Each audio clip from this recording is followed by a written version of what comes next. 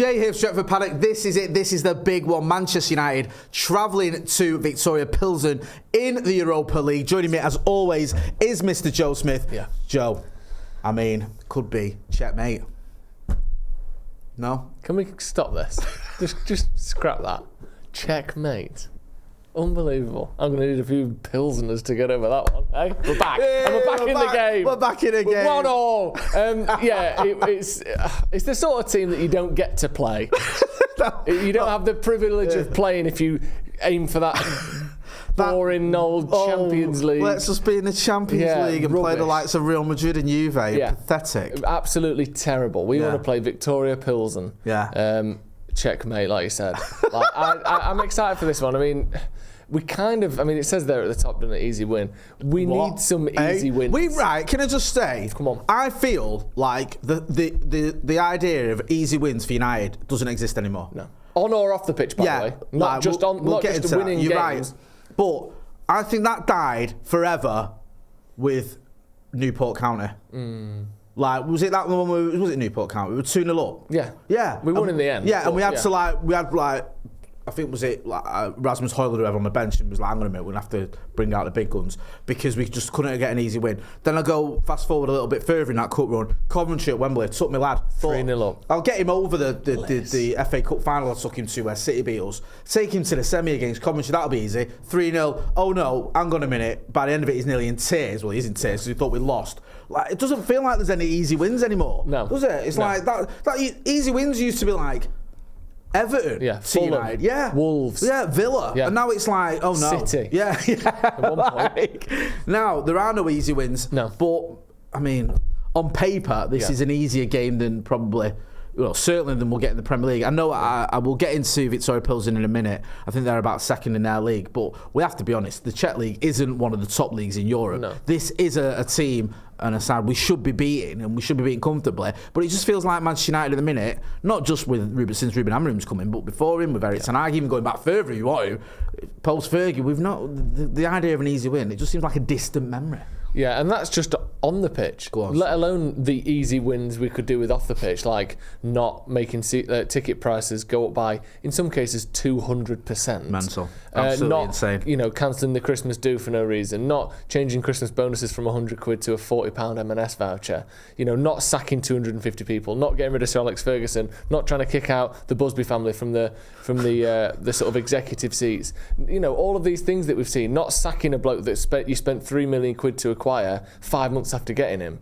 We could do with a few easy wins off the pitch as well, because at the moment it feels like we're back to just everything that's happening, whether it be the owners, which we're meant to sort of get a refresh and some new ideas, which obviously are getting, and it was meant to be positive. Instead now, they're just lumped in with the Glazers, and you saw at the protest that you were at, we're chanting about both now, wasn't it? You might as well be one and the same. And the manager himself has come in and we've won 1 in 4 Premier League games, and I don't even blame him for that. But there's no easy wins at all at Man United at the moment, on the pitch or off it. It's just we're back to just really struggling again. It just pisses me off. I feel like, can't we just have a little bit of a couple of months of things being all right? Yeah. On or off the pitch. I'll take either at this point. We usually have that, don't we?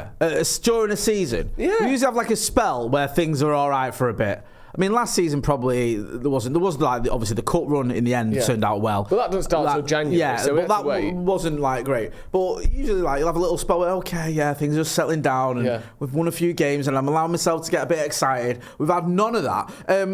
The Europa is a funny one. Yeah. Our format hasn't been great overall in Europe, but it has picked up both under Ruud van Nistelrooy and Ruben Amorim's first game as well. We're now in this position where I think we're 1 point off the automatic places. Yeah. Now, I'll be honest with you, Joe. I completely lost what was going on with this group. Very simple. 36 teams. Yeah. 1 to 8 qualify automatically to the next round. Sound. 9 to 24 go into a playoff where they all play each other.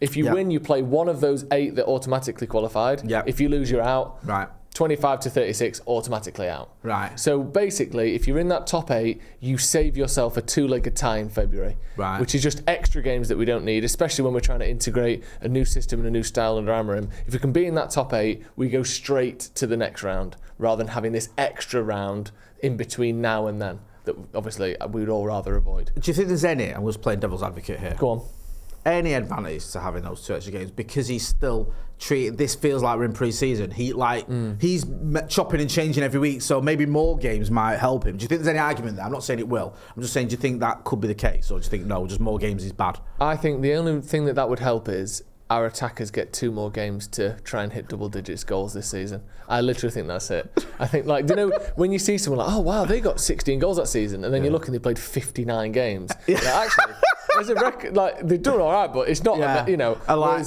8 of those goals came in like the Europa Conference or something. Yeah, like, exactly. 2 teams. So I just sort of think, no, we don't need the extra games. That's fair enough. It's just going to hurt people, like, physically. Obviously, we've got all these tactics that need sort of learning. We could do with a couple of midweeks off, ideally. No, I hear that. And also, before anyone gets involved in the comments and chat, I mean, by all means get involved, but people point out you can still have games in training and behind closed doors and stuff like that if you know you still want to sort of and there's going to be no shortage of games that as well. Yeah, especially if we're still in the Carabao and the FA Cup, which we might not be because we have had ridiculous draws in both. Before I get you into your predicted 11, I just want to give everyone a little message. You should know by now. Get your phones out, film yourselves in landscape. Yeah, for 30 seconds, give us your score prediction and send it to paddockmatchday@gmail.com. And we'll use that later on tonight as part of our pre-match build-up for the watch-along. Me and him are going to be here for the watch-along, so you can be a part of that as part of our pre-match build-up. So please send it to paddockmatchday@gmail.com and we will use it. Let's get into the predicted 11s then, because the Europa League has been a bit of a funny one so far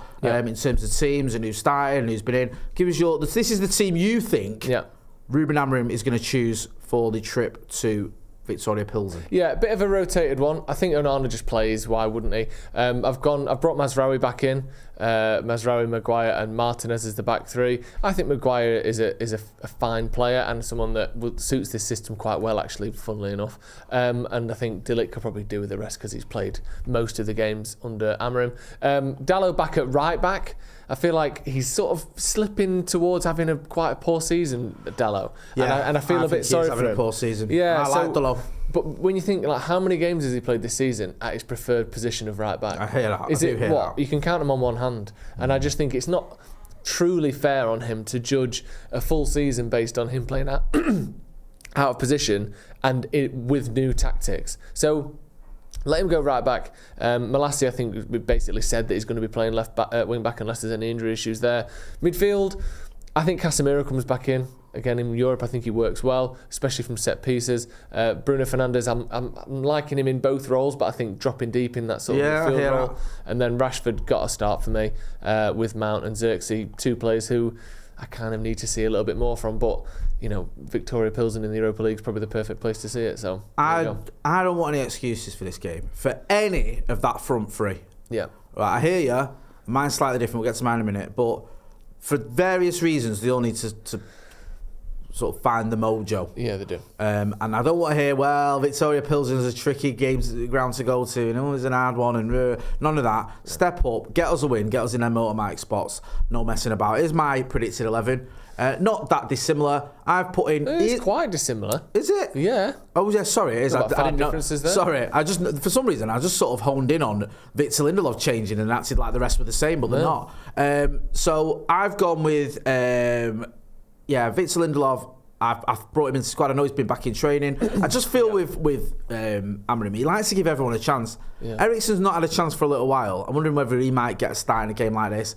Anthony played him in the Europa at Old Trafford the other week against is it Bodo Glimt? Yeah. And then Malassi, I agree with. I've gone with Maguire. I think Martinez needs a bit of a breather. He's not looked right for me, Martinez. I don't know what's up with him. I love Lisandro Martinez, but something's not quite 100%. The Litz, I've kept his place. Casemiro and Eriksen in that midfield. I know there's not a lot of legs there, but I think he might just test that or try that. Also, front 3, I've moved Bruno into the 10, one of the 10 roles.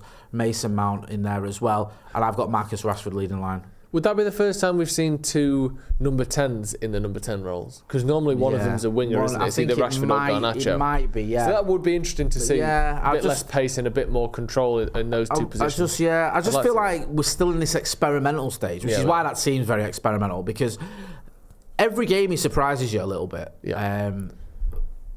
Ruben Amorim. Now, if it was my preferred 11, it'd be completely different than that. But it isn't. And I think he might do the same again where he does that. You know, I remember the head of the Bodo Glimt game. Everyone was like, "Really?" The head of the Arsenal game, people were like, "Crikey, okay." Yeah. So he does make a few decisions, and also part of my feeling here or thinking here is the Manchester derby. It's a huge game. There's certain players I think nailed on are going to start that game. You have to start your guy Mainu for me. And I might be wrong, Mazraoui and Amad Diallo. They have to start that game. I don't want to hear any nonsense otherwise, so that's why I've rested all of them, or I think he might rest all of them. I might be wrong. Get involved in the chat in the comments. Let us know what you think. Viktoria Plzeň, what do you know about them?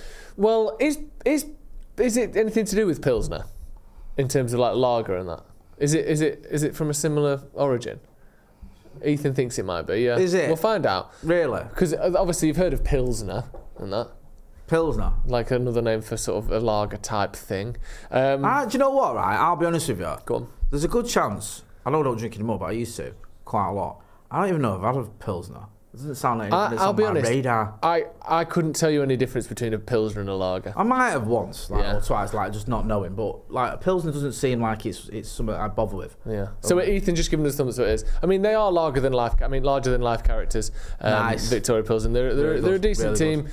They're doing okay. They're on 9 points, which is only one. I think the same as us.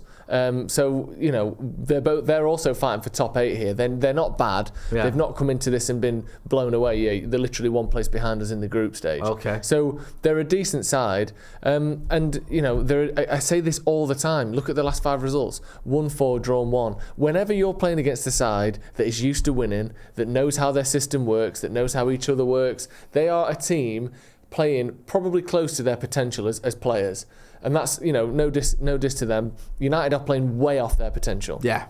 We're nowhere near it. We look disjointed. We don't know the system yet. And even the players who kind of do know the system maybe aren't at their best or don't have the great sort of synergy with their teammates. You can always lose games like this. No, or you certainly can't. Drop points because they're just flying and lower quality, but completely sort of tuned in and honed into their style. So hopefully we can win the game, and I think we probably will. They're second in the league, 10 points behind Slavia Prague, who's sort of a slightly more well-known team, obviously from the Czech Republic, but they're a decent side and they're not used to losing, so it's going to be tricky, I think.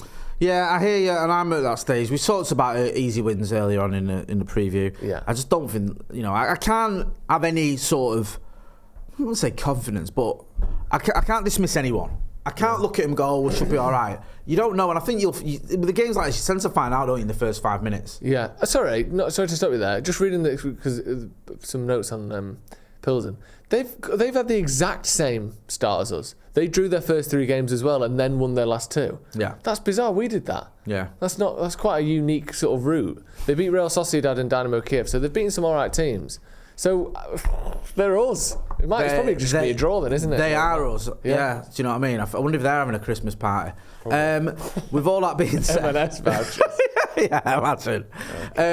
Also, of all the places to give him a 40 quid Aldi voucher at least. No, do you know what? At least you can get a weekly shot with it. What are you getting for 40 quid at M&S? I think bunch of oranges and a meal deal. Crafted there, haven't they? Because I think a £40 Aldi voucher sounds worse. I know you get more for it, but it sounds worse than a £40 M&S voucher. I mean, either's terrible. Yeah. Because knocking 60 quid off your Christmas bonus is just shit. What have you got? Yeah, what's your Christmas bonus? A box of country fudge and a quarter zip. Yeah, that's nothing. That is just honestly. We give more than that for Christmas bonuses. We're not Man United. We give Christmas bonuses. Really? Well, not everyone gets them. Only those who deserve it. Well, that's fair, actually, to be honest with you. I do sod all, fair. so I can't really grumble. Lucky to be here. Right, with that being said, get involved in the chat in the comments. Send us your score predictions, paddockmatch@gmail.com. Myself and Mr. Joe Smith are going to be back later on tonight with the watch along, so make sure you are hitting like, share and subscribe. Go and check him out on Sloppy Joe's as well. That's me, Joe Smith. Hey, we don't have score predictions yet. Oh, yeah, sugar, what am I doing? That's why you didn't get a bonus. Go on. You threw me with that thing about the Christmas bonuses. Because off camera, I'll be raging. Yeah. I think we're going to draw. I'm going to go 2s each. 2s each? I've never heard it said like that. 2s each. 2s each. Little Geordie thing, isn't it? I completely disagree. So I'm going to go 2-2. No, you can't. No, I won't. I think we'll lose. Yeah, I'll go 2-1 to Pilsner. Do you actually think that? Yeah, why At the start of the video, you said, we'll beat these, and we'll beat them easily. And now you're saying 2-1 to the Pilsners. Right, because the thing is, like, the other day, I bottled it with a Forest game. There was a part of me that was thinking, we could lose this, you know. And I went with a draw, because I let the pushback I'd get if I was wrong get to me. Yeah. And I was thinking, if I say a loss, people are going to hammer me for it, and I can't be doing with that. Yeah. So I went with a draw, and I still got some criticism for that, and we obviously lost. So I'm just thinking, you know what? We're still a work in progress. Yeah. The difference with us and them is, yes, they've had the similar results as us, but they're not in this like mad transitional period that we are. No. And we're still finding our feet, still experimenting. And I always get predictions wrong anyway, so it's not that deep. But I wouldn't be surprised if we come unstuck here. I just think it could be one of those where it's a difficult night and we end up losing. And I hope I'm wrong, obviously. Get involved in the chat in the comments and let us know what you think. I'll try again, because I jumped the gun there. Joe, thank you. Thank you. Go and check him out on Sloppy Joe's. Make sure as well you are liking, sharing and subscribing to this channel. We'll see you later on for the watch along. That's been Joe Smith. I'm Jay Martin. This has been a preview. Manchester United versus Viktoria Plzeň. Thanks for watching.